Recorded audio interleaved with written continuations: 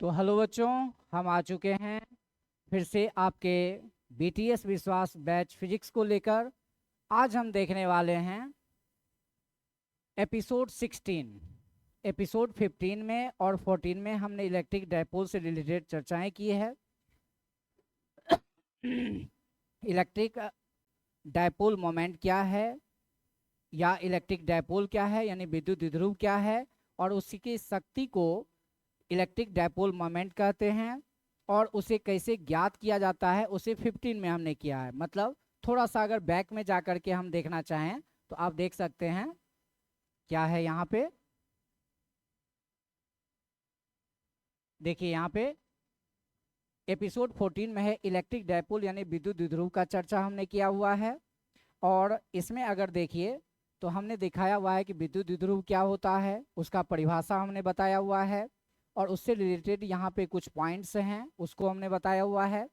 उसके बाद अगर हम बात करते हैं तो विद्युत द्विध्रुव आघूर्ण के बारे में चर्चा है, उसका परिभाषा है, की पॉइंट्स है, उसका यहाँ पे फॉर्मूला है। अब फॉर्मूला को अगर बात करते हैं आगे चल करके देखते हैं तो कहाँ कहाँ एग्जिस्टेंस है, कहाँ कहाँ ये प्रकृति में पाया जाता है, नेचर में, वो यहाँ पर दिख रहा है। उसके बाद अगर बात करते हैं तो एपिसोड नंबर हम लोग 15 में बात करते हैं। तो 15 में हम लोग देख चुके हैं, यहाँ पर आप देख सकते हैं। एपिसोड 15 में हम कैलकुलेशन ऑफ डायपोल मोमेंट देखे हैं। इसमें से पहला सवाल ये था, सिंपल फॉर्मूला पुटिंग इटिंग था। और कुछ इस प्रकार से भी सवाल आपका हो सकता है, जैसा कि आपको यहाँ पे दिख रहा है। सवाल आपका इस तरह से भी हो सकता है, इसको दो मेथड से बनाया जा सकता है। अब जो हम देखने वाले हैं एपिसोड नंबर 16, यानी कि अब जो हम देखने वाले हैं विद्युत द्विध्रुव के कारण विद्युत विभव एवं विद्युत क्षेत्र, यानी electric potential and electric field due to an electric dipole. विद्युत द्विध्रुव होगा तो एक चार्ज के कारण तो विभव निकालने सीख गए, एक चार्ज के कारण क्षेत्र निकालने सीख गए। अब दो चार्ज सिस्टम रहेगा, एक प्लस और एक माइनस, तो उसके कारण कैसे हम लोग विद्युत क्षेत्र निकालेंगे, विद्युत विभव निकालेंगे। ठीक है, चलिए आगे आते हैं।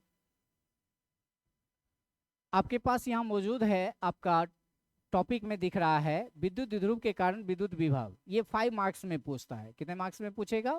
5 मार्क्स में पूछेगा, 5 मार्क्स। हालांकि ये ऐसा कोई बपोती नहीं कि 5 मार्क्स में ही पूछेगा, 2 मार्क्स में भी पूछ सकता है, ऑब्जेक्टिव में भी पूछता है। तो किसी भी एग्जाम के दृष्टिकोण से आपका बहुत इंपॉर्टेंट है। ठीक है, तो अब जो है आप आइए वापस इस चैप्टर के अंदर। तो क्या क्या हम संभावनाएं हो सकती है, विद्युत विभव कहाँ कहाँ पूछ सकता है। तो आप जानते हैं कि सबसे पहले अगर आपको पता होगा कि अगर सिंगल चार्ज यहाँ पे मान लीजिए क्यू रहता है, यहाँ से आर दूरी पर अगर आपको विभव निकालना होता है, मान लीजिए पी पॉइंट है, यहाँ पे विभव निकालना होता है, तो आप क्या करते थे, याद कीजिए। अगर यहाँ एयर भरा हुआ है, हवा भरा हुआ है, क्या लेते हैं हम लोग, 1/4 पाई एप्सिलॉन नोट। जितना चार्ज होता है वो देते हैं, अब बटा में जितना दूरी होता है वो देते हैं। ये विभव निकालने का सूत्र था। अब जो हम काम करने जा रहे हैं वह है द्विध्रुव। वह क्या है आपका? द्विध्रुव। आप द्विध्रुव के बारे में जान रहे हैं कि द्विध्रुव आपका जो होता है ये होता है आपका प्लस और ये होता है आपका माइनस। दोनों के बीच का दूरी हम क्या मान लेते हैं? आर मान लेते हैं। अब ये इसका क्या होता है? सेंटर। और ये क्या होता है? Line of action.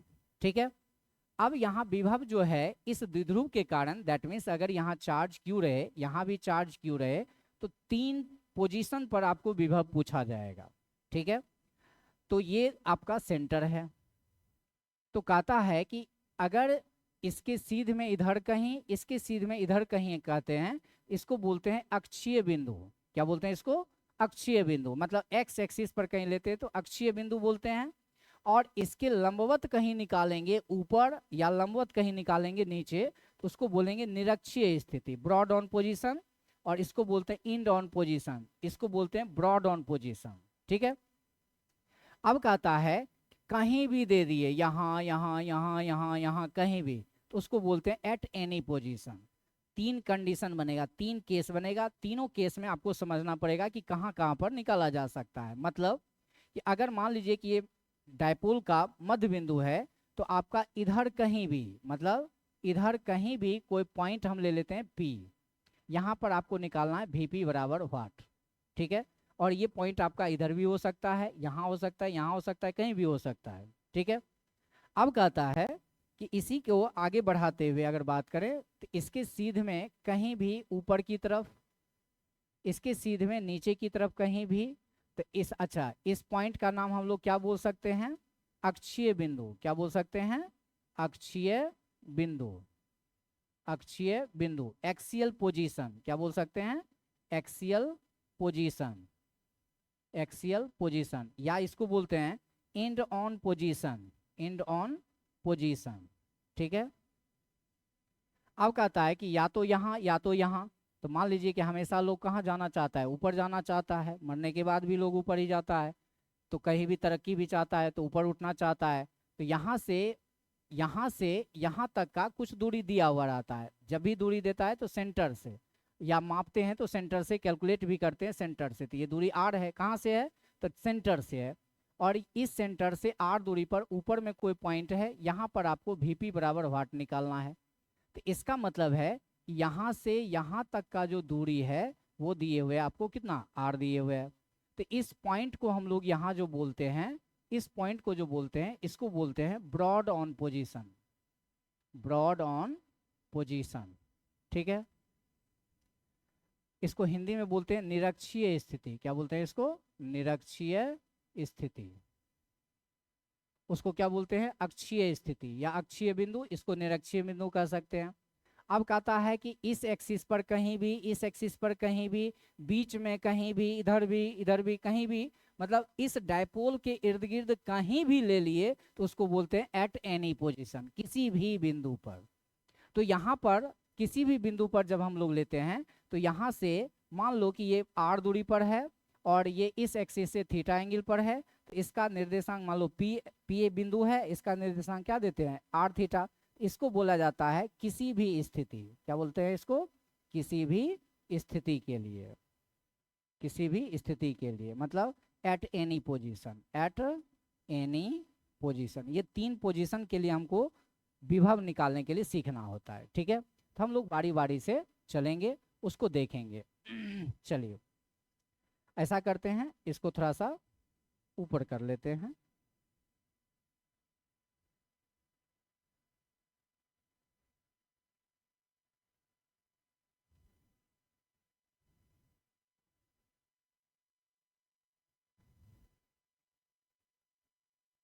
अब इसको हम हटा देते हैं, ठीक है। चलिए अब इसको हम निकालने की बारी बारी से कोशिश करते हैं। केस 1 हम देखते हैं। तो केस 1 जो आप देखिएगा, इसको हम क्या बोल रहे हैं थोड़ा देखिए। केस 1, केस 1 को हम लोग क्या बोलेंगे, अक्षीय स्थिति के लिए। क्या बोलेंगे, अक्षीय स्थिति के लिए, अक्षीय स्थिति के लिए।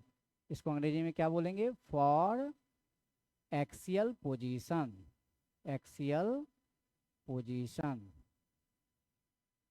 तो इसका फॉर्मूला हम डायरेक्ट लिखेंगे, क्या होगा थोड़ा सा ध्यान दीजिएगा। अगर हम बात करें, यहाँ पर मान लीजिए प्लस चार्ज है और यहाँ पे ये मान लीजिए ये O है, ये दूरी L है, ये दूरी L है, और यहाँ पे ये माइनस चार्ज है। पॉइंट हम इधर भी ले सकते हैं, उधर भी ले सकते हैं, घबराने की बात नहीं है। अब यहाँ पे ध्यान रखिएगा कि अगर हम पॉइंट लेते हैं, ध्यान देना है, आपको पॉइंट या तो इधर देगा या तो इधर देगा, तो वो पॉइंट पहले से दिया हुआ रहेगा, तो सेंटर से दूरी भी दिया हुआ रहेगा। तो सपोज कीजिए क्वेश्चन पूरा कर ही लेते हैं। मान लीजिए यहाँ पर कोई पॉइंट क्या है, P है। इसका मतलब यहाँ से लेकर के यहाँ तक की दूरी जो है वह क्या हो जाएगी, मान लीजिए R। तो यहाँ पर आपको विभव पूछा जाएगा, यानी कि VP बराबर वाट पूछा जाएगा, ठीक है। तो अब कहता है कि एक दूरी कैलकुलेट करने के लिए आपको सीखना है। क्या सीखना है थोड़ा देखिए। डायरेक्ट हम लोग बात कर लेते हैं। इसी को ऊपर कर लो, चलो देखो, थोड़ा कलर चेंज कर दो। यहाँ से इस चार्ज की दूरी क्या हो जाएगी, मान लो कि यहाँ Q चार्ज है, यहाँ पे Q चार्ज है, तो जाहिर सी बात है कि यहाँ पे P बराबर किसके हो जाएगा, 2QL के हो जाएगा। कन्फर्म है कि P बराबर क्या हो जाएगा, 2QL हो जाएगा। अब कहता है इसकी दिशा तो इधर हो जाएगी, लेकिन हमको तो यहाँ विभव से मतलब है, यहाँ पे विभव क्या होगा, तो सिंपली सोचो तो अगर यहाँ के माने इस क्यू चार्ज के कारण यहाँ विभव निकालने प्लस में आएगा, माइनस के कारण यहाँ माइनस आएगा, दोनों को जोड़ देंगे, क्योंकि हम जानते हैं कि विभव एक अदिश राशि है, दोनों को बीजगणितीय योग नियम से जोड़ देंगे तो वही पी पर विभव हो जाएगा।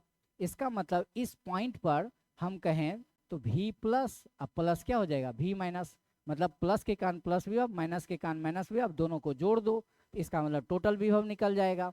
इसका मतलब यहाँ से यहाँ तक के दूरी का जरूरी पड़ेगा, यहाँ से यहाँ तक के दूरी का जरूरी पड़ेगा। तो आप जानते हैं कि यहाँ से यहाँ ये r है, यहाँ से यहाँ l है, तो क्या हो जाएगा r प्लस l हो जाएगा। यहाँ से यहाँ तक का भी दूरी जरूरी पड़ेगा, तो यहाँ से यहाँ तक के दूरी को अगर निकालेंगे तो ये पूरा दूरी r है और ये दूरी l है, हमको ये चाहिए, इस पूरा दूरी में से इस दूरी को घटा देंगे, ये दूरी क्या बचेगा r माइनस l, पूरे दूरी में से इसको घटा देंगे, ये बच जाएगा r माइनस l हो गया। अब यहाँ से जब आप निकालेंगे यानी कि Vp बराबर तो v प्लस अब प्लस v माइनस, तो ये फाइनली जो फॉर्मूला आएगा, चूंकि अभी एयर भरा हुआ है आसपास में, तो 1/4 याद रखना है 1/4 एप्सिलॉन नॉट, 1/4 एप्सिलॉन नॉट। अब यहाँ पे कहता है किसी एक माना द्विध्रुव की शक्ति को याद रखना है, तो द्विध्रुव की शक्ति को हम लोग याद रखें। अब थोड़ा सा आपको ध्यान रखना पड़ेगा कि अक्षीय और निरक्षीय के लिए हम लोग जब निकालते हैं तो वो किसके बगल में है, वो किसके बगल में है ये ध्यान देना है। तो ये पॉइंट जो है आपको माइनस के बगल में है, तो माइनस का विभव ज़्यादा होगा, कैसे होगा ये देखना है। तो प्लस के कारण अगर निकालोगे तो इसके कारण जब निकालोगे तो क्या हो जाएगा, देखो तो 1/4 एप्सिलॉन नॉट, इसका चार्ज बटे इसका दूरी, तो दूरी यहाँ से लेके यहाँ तक का दूरी क्या है r प्लस एल है, तो r प्लस एल कर दो। अब कहता है कि माइनस के कारण तो यहाँ माइनस विभव होगा, तो ये प्लस किसमें कर देंगे माइनस कर देंगे। अब माइनस के कारण विभव हुआ तो 1/4 एप्सिलॉन नॉट इंटू चार्ज तो वही रहेगा, लेकिन यहाँ से यहाँ तक का दूरी अब क्या है r माइनस एल है, r माइनस क्या है एल है। इसका मतलब है कॉमन लेंगे तो q/4 एप्सिलॉन नॉट कॉमन आ जाएगा, क्या बचेगा 1/r plus L, 1/r plus L minus 1/r minus L हो जाएगा। अब इसको सोल्व करेंगे, जितना जल्दी आप सोल्व कर सकते हैं उतना बहादुर। अब यहाँ पे एलसीएम लोगे तो दिस इंटू दिस हो जाएगा, यानी कि r² माइनस l²। अब ये नहीं समझा होगा, इसको थोड़ा हम हटा देते हैं अभी, इतना इंटू इतना यानी कि r plus L into r minus L. तो कहता है कि इससे जब इसमें भाग देंगे तो ये गायब हो जाएगा, ये यहाँ आ जाएगा, तो r माइनस एल आ जाएगा यहाँ पे। अब यहाँ माइनस है तो माइनस दे दो। अब कहता है कि इससे जब इसमें भाग देंगे तो ये खत्म हो जाएगा, मतलब ये इसको खत्म कर देगा, ये यहाँ आ जाएगा, तो r प्लस एल हो जाएगा। जब इसको फाइनली सोल्व करोगे तो q/4 एप्सिलॉन नॉट क्या आएगा, देखो तो r minus L minus R minus L, यानी r प्लस में r माइनस में कट जाएगा, माइनस एल जुट करके हो जाएगा -2l, तो यानी q इससे गुना होकर के मैंने पहले लिख दो -2l बटे a plus B into A minus B क्या हो जाएगा r² माइनस l²। अब कहता है l का मान बहुत छोटा होता है, तो छोटा होता है तो वो लगभग 0 हो जाता है, इसका मतलब दिस इक्वल टू हो जाएगा -1/4 epsilon not 1/4 epsilon not 2ql बटे ये लगभग 0 ले लेते हैं, या पहले अभी रहने दो r² माइनस l²। तो क्या देखे ये जो वैल्यू है 2ql ये किसके बराबर हो जाएगा p के बराबर हो जाएगा। हम लोग लिख सकते हैं -1/4 एप्सिलॉन नॉट p बटे r² माइनस l²। इस तरह से फाइनली आपका जो रिपोर्ट आ गया ये क्या आ गया, इसलिए Vp बराबर आ गया -1/4 एप्सिलॉन नॉट p बटे r², if r is much greater than l। मतलब इसका मतलब ये हो गया कि डायपोल जो है बहुत छोटे लेवल पर होता है, तो छोटे लेवल पर होता है तो डायपोल का l जो होगा बहुत छोटा होगा, दूरी तो बहुत बड़ा ले सकते हैं, तो r का मान l से क्या है बहुत क्या है बड़ा है। उस परिस्थिति में आपका ये बेचारा 0 के बराबर हो जाएगा, 0 हो जाएगा, खत्म हो जाएगा, p बटे क्या हो जाएगा r²। तो इसका मतलब मॉड अगर ले लेंगे तो माइनस खत्म हो जाएगा। इसलिए Vp बराबर यानी Vp का मॉड बराबर 1/4 पाई एप्सिलॉन पी बटे क्या हो गया आर स्क्वायर। क्या देखे Vp समानुपाती हो रहा है 1/r²। याद रखिएगा पॉइंट चार्ज के लिए जब होता है तो वहां पर Vp समानुपाती 1/r होता है, लेकिन जब डायपोल के लिए निकाले अक्षीय स्थिति में तो Vp समानुपाती 1 क्या हो गया r² हो गया। इसका मतलब है ये कंफर्म रखना याद कि अगर सिंपल केस है तो ये आएगा, और अगर डायपोल बहुत छोटा मान लेते हैं तो आपका ये आएगा। तो ऊपर में Q के जगह पर क्या आ गया P, नीचे क्या हो जाएगा r²। इसी में अब आएगा केस 2। अब केस 2 में समय ना गंवाते हुए हम लोग यहाँ पे लिख देते हैं केस 2 निरक्षीय स्थिति के लिए। किसके लिए? निरक्षीय स्थिति के लिए, यानी कि ब्रॉड ऑन पोजीशन, यानी कि फॉर ब्रॉड ऑन पोजीशन। ठीक है, ब्रॉड ऑन पोजीशन का मतलब हुआ कि इसका फिगर अगर देखना चाहोगे, ये मान लो प्लस है और ये मान लो माइनस है। अगर यहाँ पे मान लो O पॉइंट है, इससे सीधा ऊपर चाहे सीधा नीचे यानी R दूरी पर कोई बिंदु क्या है P है, वहाँ पे आपको विभव का मान ज्ञात करना है। तो सिंपली याद रखना है कि यहाँ से इसकी दूरी और यहाँ से इसकी दूरी बराबर हो जाएगी, क्योंकि यहाँ से यहाँ ये L हो जाएगा, यहाँ से यहाँ L हो जाएगा। दैट मीन्स P बराबर क्या कहलाएगा 2QL। P बराबर क्या कहलाएगा 2QL, क्योंकि द्विध्रुव है तो उसका द्विध्रुव आघूर्ण क्या होगा P 2QL। और ये R है तो ये दूरी क्या कहलाएगा, कर्ण क्या होता है √r² प्लस L²। तो r² प्लस क्या हो जाएगा L²। अब यहाँ पर निकालोगे विभव तो दूरी देखो सेम है, ताकत यहाँ पे Q है तो यहाँ भी क्या है Q है। इसका मतलब जितना विभव इसके कारण होगा उतना ही विभव इसके कारण होगा, माइनस में होगा। ये भी दूरी वही हो जाएगा √r² प्लस L²। इसका मतलब याद रखिएगा कि द्विध्रुव के मध्य बिंदु पर या यहाँ या यहाँ या यहाँ या यहाँ, यानी ऊपर कहीं भी है नीचे कहीं भी है मध्य बिंदु, यानी कि Vp बराबर याद रखिएगा क्या हो जाएगा 0। यानी निरक्षीय स्थिति में विभव का मान क्या होता है 0। ठीक है, अब कहता है कि तीसरा जो केस है वो देखिए क्या होगा। तीसरा केस में हम लोग चलेंगे केस 3। केस 3 में हम लोग चलते हैं किसी भी स्थिति के लिए, किसी भी स्थिति को हम लोग इंडिकेट करते हैं r थीटा के लिए, ठीक है। अब इसको सोल्व करते हैं। भाई क्या बोलना चाह रहे हैं, मान लीजिए कि ये प्लस है और ये मान लीजिए माइनस है। इसका ये मध्य बिंदु O है, ये L है, ये L है, चार्ज Q है। तो कंफर्म है कि द्विध्रुव आघूर्ण जो है ये क्या होने वाला है, द्विध्रुव आघूर्ण तो कंफर्म है कि P बराबर क्या होगा 2QL। क्या हो जाएगा 2QL, बोले तो भी नहीं बोले तो भी। अब r थीटा का मतलब होता है कि यहाँ से r दूरी पर कोई बिंदु P है जिसका निर्देशांक r थीटा है, जहाँ Vp बराबर वाट निकालना है। तो इसका मतलब क्या होता है कि r तो यहाँ से यहाँ तक का दूरी है और थीटा हो गया इससे इसका दूरी, मतलब सॉरी एंगल। तो अब यहाँ पर कहता है r वेक्टर जो है वो इससे आपका मतलब डायपोल के लाइन ऑफ एक्शन से बनाया गया एंगल है, थीटा है। अब इसका फिगर हम लोग तो बड़ा जटिल है, जब हम विश्वास बैच के जगह जब हम लोग सफलता एक्सप्रेस बैच स्टार्ट करेंगे उसमें आपको क्लियर बताएंगे। अभी आपको सिर्फ थोड़ा ध्यान देना है कि हम क्या बोलना चाह रहे हैं। आपका यहाँ पर जो विभव हो जाएगा किसी भी स्थिति r थीटा के लिए, तो याद रखिएगा Vp बराबर, चूंकि आसपास में तो हवा ही होगा, तो 1/4 pi epsilon not, 1/4 pi epsilon not. जितना द्विध्रुव का ताकत होगा, द्विध्रुव का ताकत कितना है P है, उसको कॉस थीटा से गुना कर देना है, तो कॉस थीटा हो जाएगा। तो क्या हो गया P कॉस थीटा बटे दोनों के बीच मतलब कि दूरी जो होगा उसका r², तो यानी कि क्या हो जाएगा r²। ये ध्यान में रखना है कि ये तीनों कंडीशन का क्या होगा। तो पहला जो आप इसमें याद रखिएगा केस 1 के लिए कि क्या याद रखिएगा, सो देखिए सिंपली अक्षीय स्थिति मतलब इधर चाहे उधर, अगर VP निकालने के लिए बोला तो सीधा VP बराबर क्या हो जाएगा, -1/4πε0 P/r²। माइनस नहीं लिखना है, माइनस इसलिए आया है क्योंकि आपका जो पॉइंट था, ये जो पॉइंट है ये माइनस के नज़दीक है। अगर यही पॉइंट हम यहाँ लेते तो यहाँ पर प्लस आता, तो ये शो कर रहा है कि माइनस में माइनस के बगल में होने के कारण यहाँ ऋणात्मक विभव ज़्यादा डोमिनेट कर रहा है, ज़्यादा शक्तिशाली है, और प्लस से दूर है तो प्लस का विभव थोड़ा कम है, तो इसलिए माइनस का तो चिन्ह रहेगा।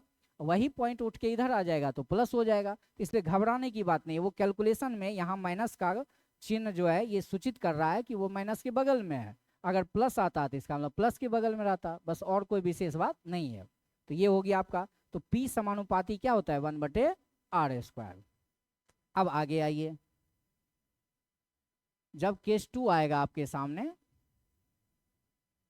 केस 2 और केस 3 आएगा तो क्या होगा, तो निरक्षीय स्थिति के लिए बात कर रहे हैं, या तो ऊपर या तो नीचे।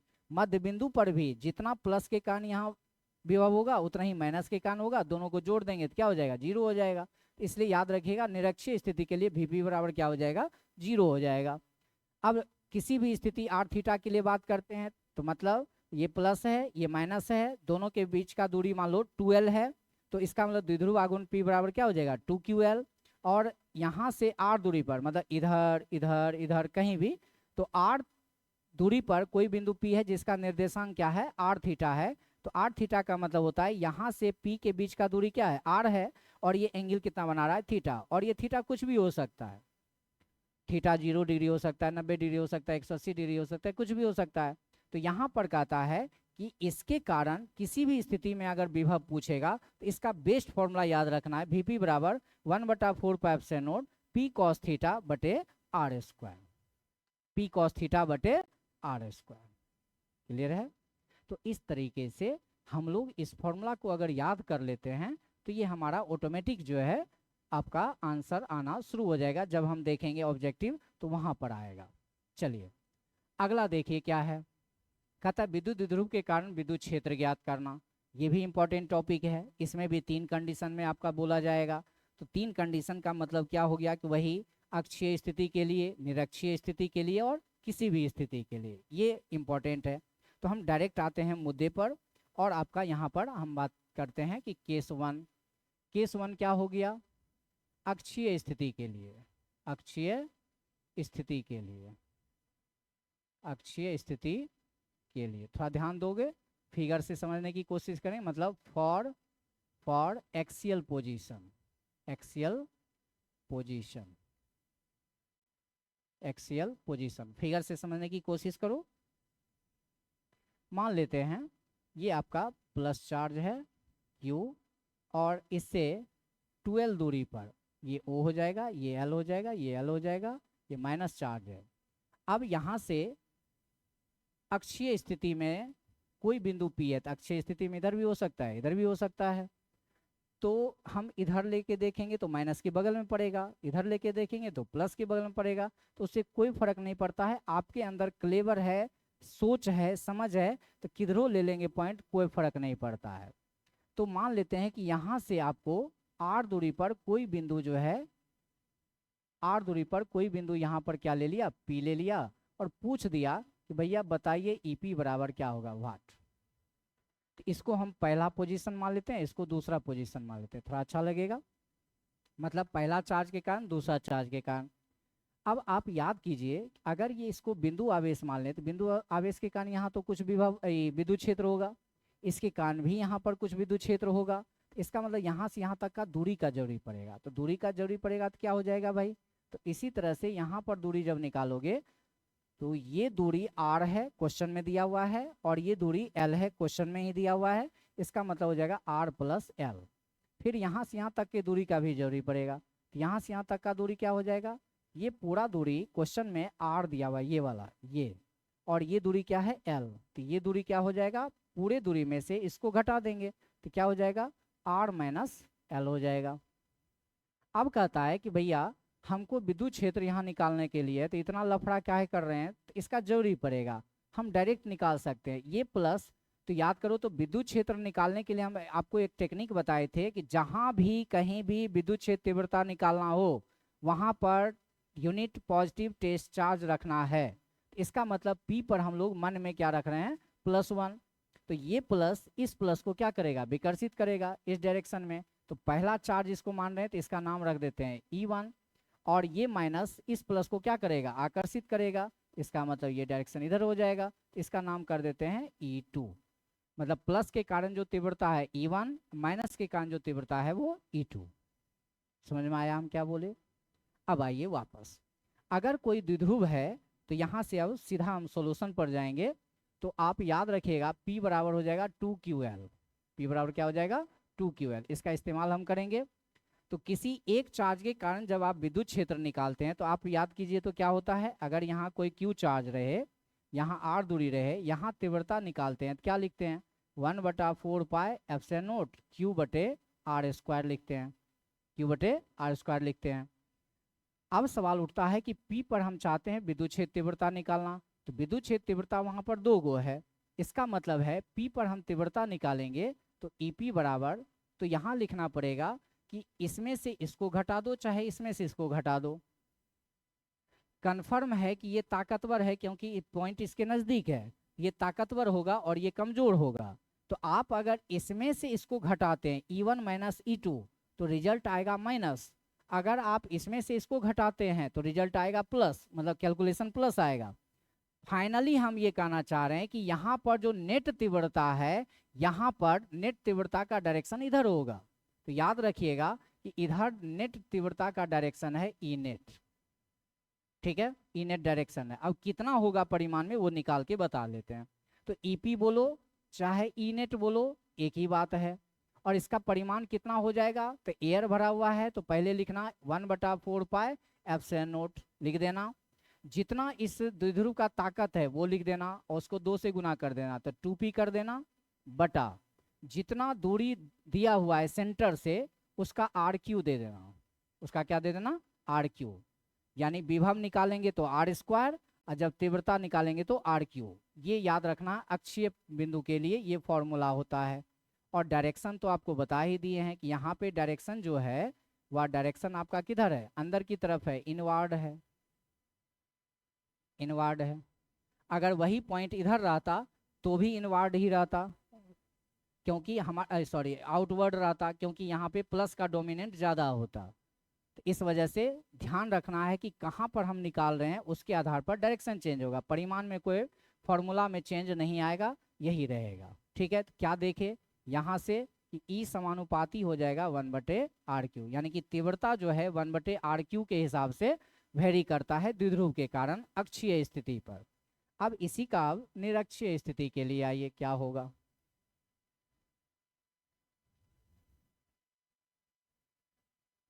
केस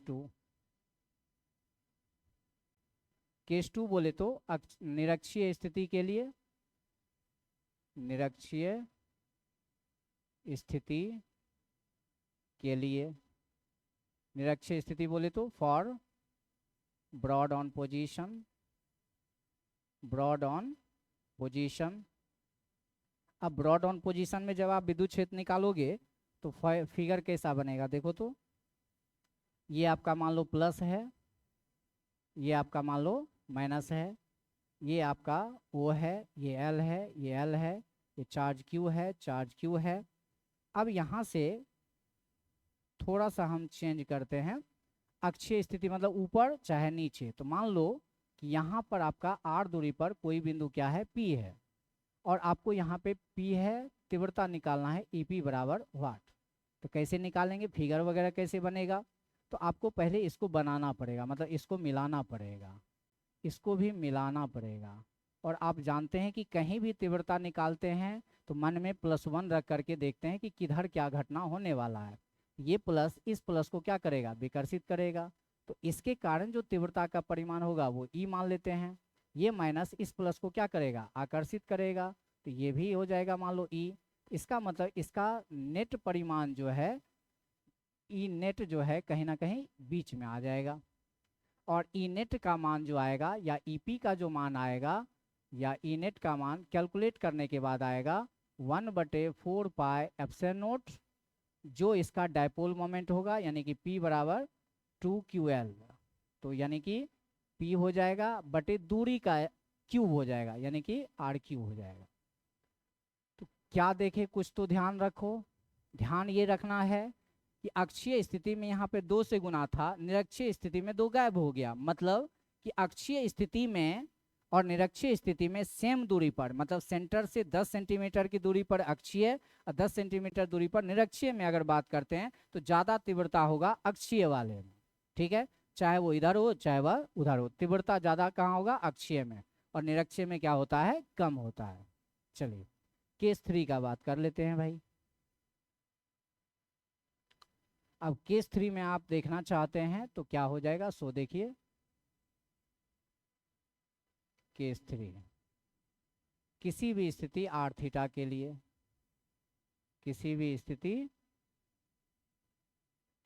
स्थिति आर थीटा के लिए क्या मतलब हुआ इसका, इसका मतलब हुआ कि अगर कोई चार्ज है यहाँ पे, सपोज करो प्लस, और यहाँ पे कोई चार्ज है माइनस, ये सेंटर O है, दूरी L है, चार्ज Q है, इससे R दूरी पर, कितने दूरी पर, R दूरी पर कोई बिंदु क्या है, P है, जिसका निर्देशांक R थीटा है। इसका मतलब हुआ कि ये एंगल आपका क्या है, थीटा है।